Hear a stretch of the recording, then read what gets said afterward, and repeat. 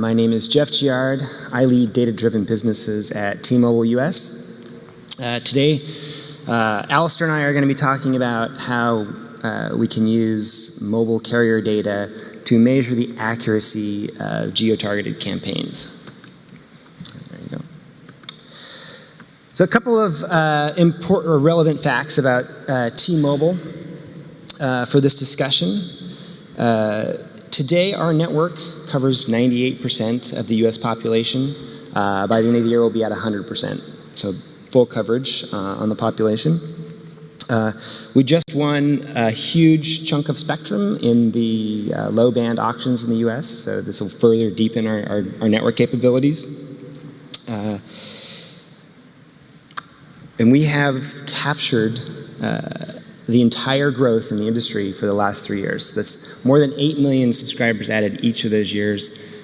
For now, we have a total of over 72 million subscribers.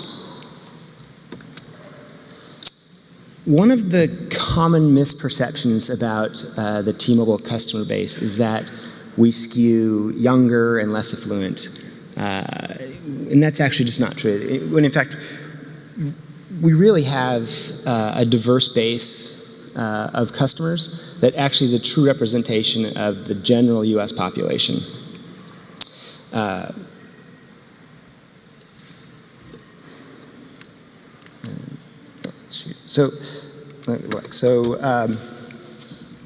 What we're bringing to the table for this solution is a very large, very accurate, deterministic data set on how and where consumers use their mobile devices. So now, turn it to Alistair.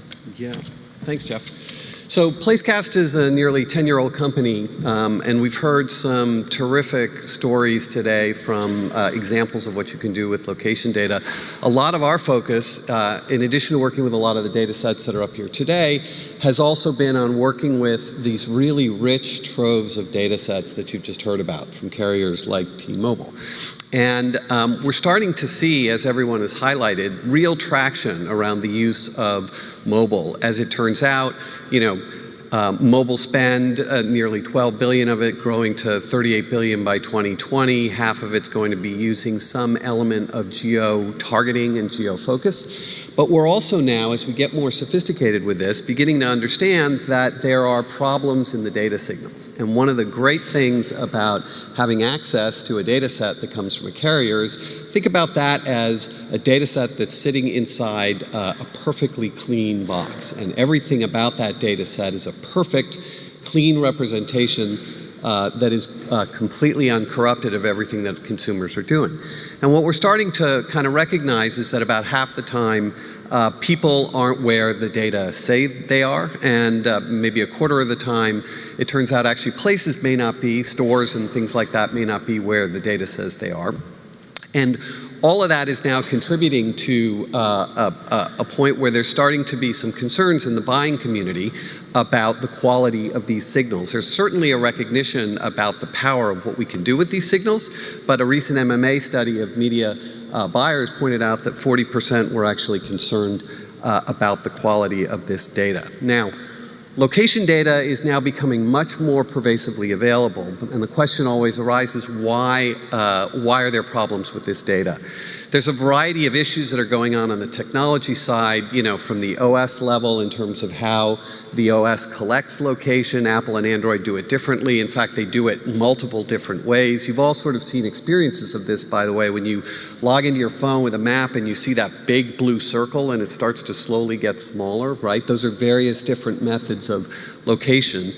Some of which are more accurate than others. And then when apps or SDKs are connecting to that OS, there are a variety of different technical issues that can corrode that data and that signal. Then, as we heard earlier this morning in some of the prior panels, put that into the programmatic ad ecosystem where there are incentives for bad behavior, specifically trying to affect the perceived quality of that location data to drive up a bigger bid price, and you kind of get a real mess in terms of the accuracy of this data. And so over the last several years, we've been working hard to kind of understand how to make sense of this data for a variety of different purposes. And in working with our carrier partners over the last 7 years, we've begun to understand that you have this massive truth data set. You have a truth data set which you can begin to use to evaluate the quality of any other data set that you're matching up against it, right? So think of T-Mobile as effectively a panel with 72 million consumers for which you have perfect data. And so what we've done periodically, and our most recent study was just this February, is we actually have been developing a methodology that uses that deterministic data to measure the quality of other location data signals that are coming from the programmatic ecosystem. And so the February study looked at over 50 billion impressions delivered across 3 of the major exchanges. And what we found was that 59% of the bid requests have inaccurate location data. And that data, in some cases, is slightly inaccurate. In other cases, it's really inaccurate. Let me give you an example of how that looks. I'll give you an example in a minute about how that looks from a typical campaign perspective. But the methodology that we've used for doing this is actually to develop something that we call the tower model. Now, the tower model is actually based on taking the data that is coming from the tower network, as Jeff described. It's covering 98% of the geographic distribution of the United States and all of its users. And towers are actually not just something with a radius around it. They actually have antennas that are sticking out, and those antennas are actually projecting with all sorts of different signal strength. Our model that we've built actually is at the individual antenna level. So it's actually tracking the data and the signal strength from nearly 1 million different antennas across the United States, and taking all of that great data source, and in particular, a very strong location data signal, so the carriers are able to nearly persistently know the location of their subscribers because they have to actually know how to hand them off between cell towers.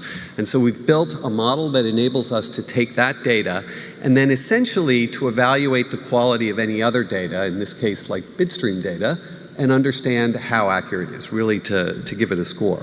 And that's where we came up with that 59% number that I described. Just to give you an example of what this looks like in the real world, this is a typical DSP campaign targeting 5 locations in Florida, buying programmatically on the exchanges. This is what the actual campaign deliveries looked like in terms of where the geographic distribution of that media went, right? And so remember, these are where were the users actually connected to a cell tower relative to where the media said they were, right? And so in this particular case, it's quite typical, about 30%, a little more than 30% of the media definitely missed the target. And so what we've done then is really focus on this question of accuracy, not precision. So just a little side note, for a long time, many of us in the industry have been talking about precision. The great thing about location-based marketing is you can really get quite precise. Precision makes reference to the granularity at which you can find a particular user for targeting, for measurement, for attribution. Accuracy, though, is how consistently accurate is the data that's coming from that source. And that's, in fact, what we have focused on with this tool. So through our proprietary model, we've created the ability to actually use that tool to assess the location accuracy of any other data source that's coming in. That gets combined with where is a campaign trying to target, or where is a measurement vehicle trying to measure things. And then we're able to make a very simple judgment, a verification of whether that is inside or outside of the geoparameters that are there. And as we went through developing this tower model, you know, a lot of us, everyone certainly here on stage, has been doing work in the location space around how we filter out a lot of this invalid traffic. And so we compared those methods to the tower model that we had actually developed. And the key takeaway here was that combining both methods obviously enables you to filter out the most of that traffic. But the tower model alone actually captures over 90% of all the invalid traffic. Now, the other methods can be somewhat cumbersome. They are important, though, because they also pull out things like bot traffic and things like that that you actually can't see in the carrier data. But together, we now have a model that we can actually use, which is really effective for delivering campaigns. So what I'd say is we now have a post-bid solution that can be delivered with a tag. It actually can be dropped in any campaign or any measurement to actually validate, so you can immediately begin to apply this to campaigns for your optimization.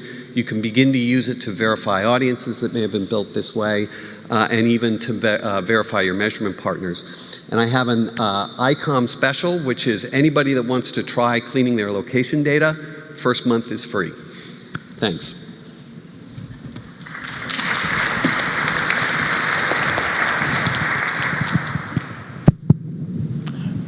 All right, so thank you so much. So I guess location data, it's backbone of our smartphones now. If we turn it off, what would happen? I think they'll become feature phones again, right? Very interesting topic. We're basically talking about where you are is who you are and validating that. Any questions from the audience at this point?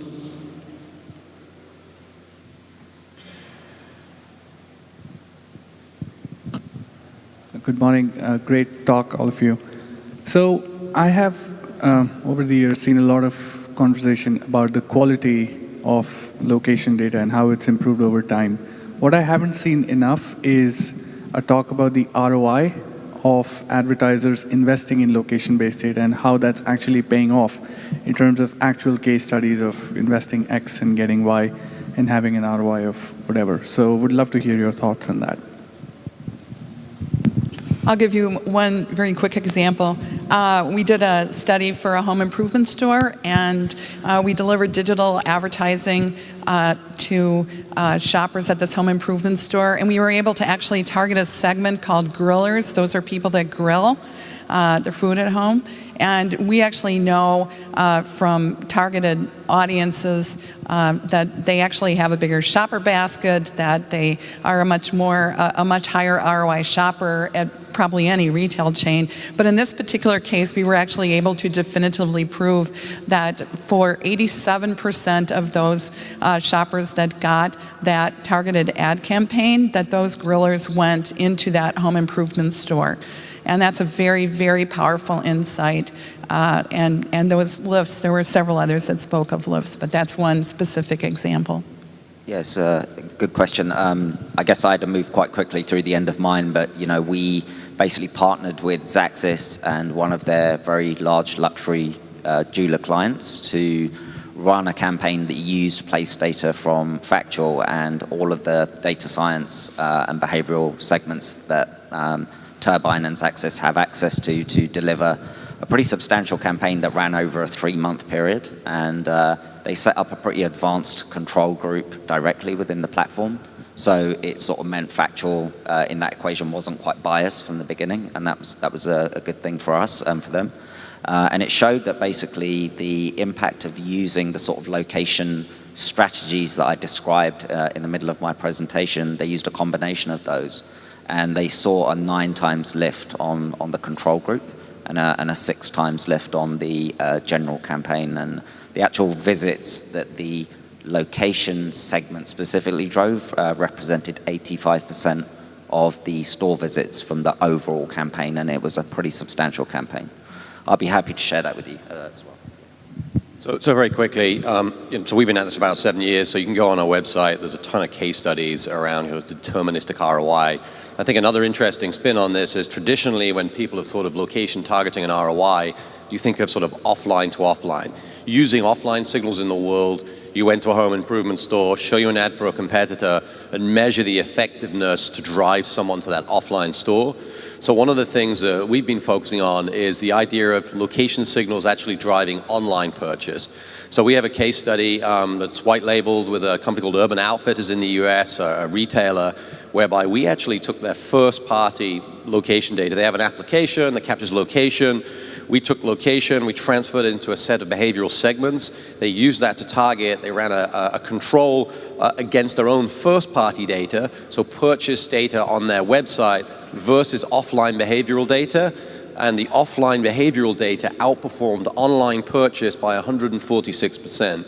So I think I'd encourage everybody to think about this idea of, location is not just this thing you can use to drive people into physical stores. It is an omnipresent signal that can be used to actually drive online purchase and measure the success of that as well. That's great insight. So I guess we're talking about that location is not just talking about footfall or foot traffic, how you say it in the US, but it's also driving digital traffic. So I guess the holistic ROI of a campaign is really what we should be measuring as advertisers or agencies should be measuring.